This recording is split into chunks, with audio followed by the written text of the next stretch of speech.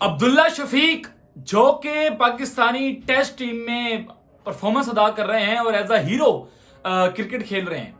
और जहां तक बात की जाए शान मसूद का ड्रॉप होना, यानी कि शान मसूद का इंजर्ड होना और अब्दुल्ला शफीक का वापसी आना और इस तरह का कमबैक होना कि 50 नहीं 100 नहीं बल्कि 150 प्लस रन कर जाना, ये किसी सरप्राइजिंग से कम नहीं है आपके लिए, मेरे लिए। तो ये सब कुछ देखते हुए हर्ष बोगला साहब ने एक बिग स्टेटमेंट दी है अब्दुल्ला शफीक के बारे में। अब्दुल्ला शफीक कौन कि जिनकी अभी टीम में जगह नहीं थी और उसने कमबैक इस तरह का किया कि हम और आप तो परेशान तो हो गए, हैरत हमें तो हुई, लेकिन साथ साथ लेजेंड्स को भी वो तो ये तो हर्ष बोगला क्या कहते हैं, हर्ष बोगला कहते हैं कि मैं अब्दुल्ला शफीक की बैटिंग देख रहा हूं, मैं अब्दुल्ला शफीक की बैटिंग देख रहा हूं, इनकी बैटिंग बेहद क्लास और खूबसूरती वाली है, इनकी बैटिंग देखते हुए बहुत ज्यादा मजा आता है और ये एक आला मेयार के बैट्समैन है, एक आला मेयार की इनके अंदर क्लास है, ये हर्ष बोगला का कहना है।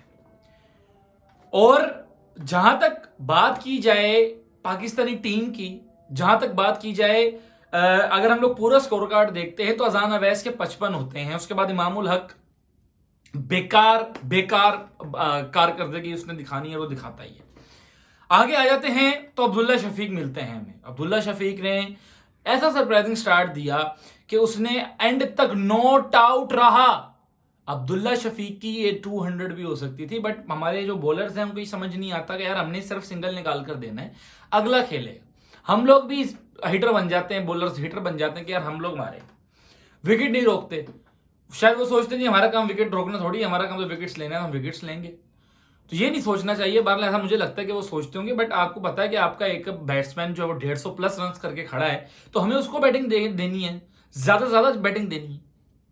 तो कहने का मकसद है कि अब्दुल्ला शफीक की बैटिंग की जो बात हर्ष बोगला ने की है, पहले तो अपने कमेंट सेक्शन में बताना ये ठीक की है नहीं ठीक की।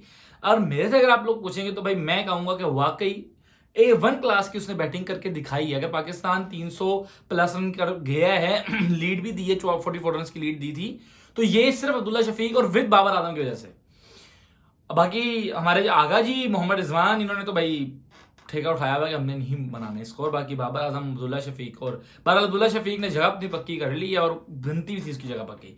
तो ये हर्ष बोगला ने जो बातें की हैं ठीक की है नहीं ठीक की, कमेंट सेक्शन में आपने बताना। और अब्दुल्ला शफीक की बैटिंग आप लोगों को कैसे लगी जरा कमेंट सेक्शन में बताना। तो चैनल को सब्सक्राइब, वीडियो को लाइक, प्यारा तो कमेंट कर दें। इंशाल्लाह अगली वीडियो में हाजिर होता है, तब तक के लिए अल्लाह हाफिज़।